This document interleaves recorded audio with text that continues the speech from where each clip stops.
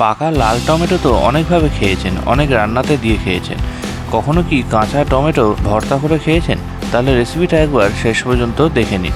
নমস্কার বন্ধুরা, আমি শুভজিৎ আর আমার চ্যানেলে আপনাদের স্বাগত।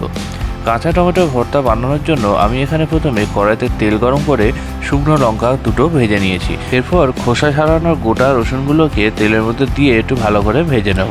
রসুন যখন একটু লাল লাল হয়ে যাবে তখন তাতে টুকরো করে রাখা কাঁচা টমেটোগুলোকে দিয়ে এর মধ্যে হলুদ গুঁড়ো আর স্বাদ মতো লবণ ছড়িয়ে টমেটোগুলোকে সেদ্ধ হওয়ার জন্য একটা পাত্র চাপা দিয়ে রেখে দেবো। কাঁচা টমেটো কিন্তু সেদ্ধ হতে একটু টাইম লাগে, তাই 10 থেকে 15 মিনিট মতো মিডিয়াম আঁচে পাত্র চাপা দিয়ে রেখে দেবেন।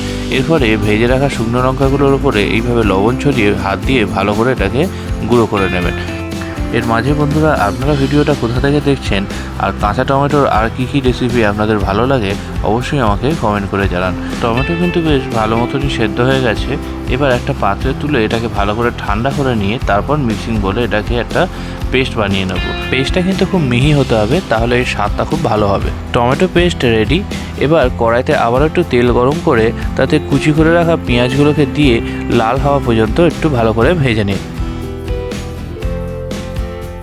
পেঁয়াজ মোটামুটি লাল হয়ে গেছে, এই অবস্থায় টমেটো পেস্টটাকে দিয়ে দিন আর ভালো করে মিশিয়ে নিয়ে স্বাদ মতো লবণ আর গুঁড়ো করে রাখা শুকনো লঙ্কাটাকে দিয়ে মিশিয়ে নিয়ে মিডিয়াম আঁচে নাড়তে থাকুন। কালার যখন একটু চেঞ্জ হয়ে যাবে, অর্থাৎ লাল লাল হয়ে যাবে, তখন বুঝবেন টমেটো ভর্তাটা রেডি হয়ে গেছে। এবারেতে লেবু রস ছড়িয়ে গরম গরম রুটি বা পরোটা দিয়ে খেয়ে দেখুন, খেতে কিন্তু সত্যিই অসাধারণ লাগে। ভিডিওটি শেষ পর্যন্ত দেখার জন্য সবাইকে অনেক ধন্যবাদ। দেখা হবে পরের ভিডিওতে।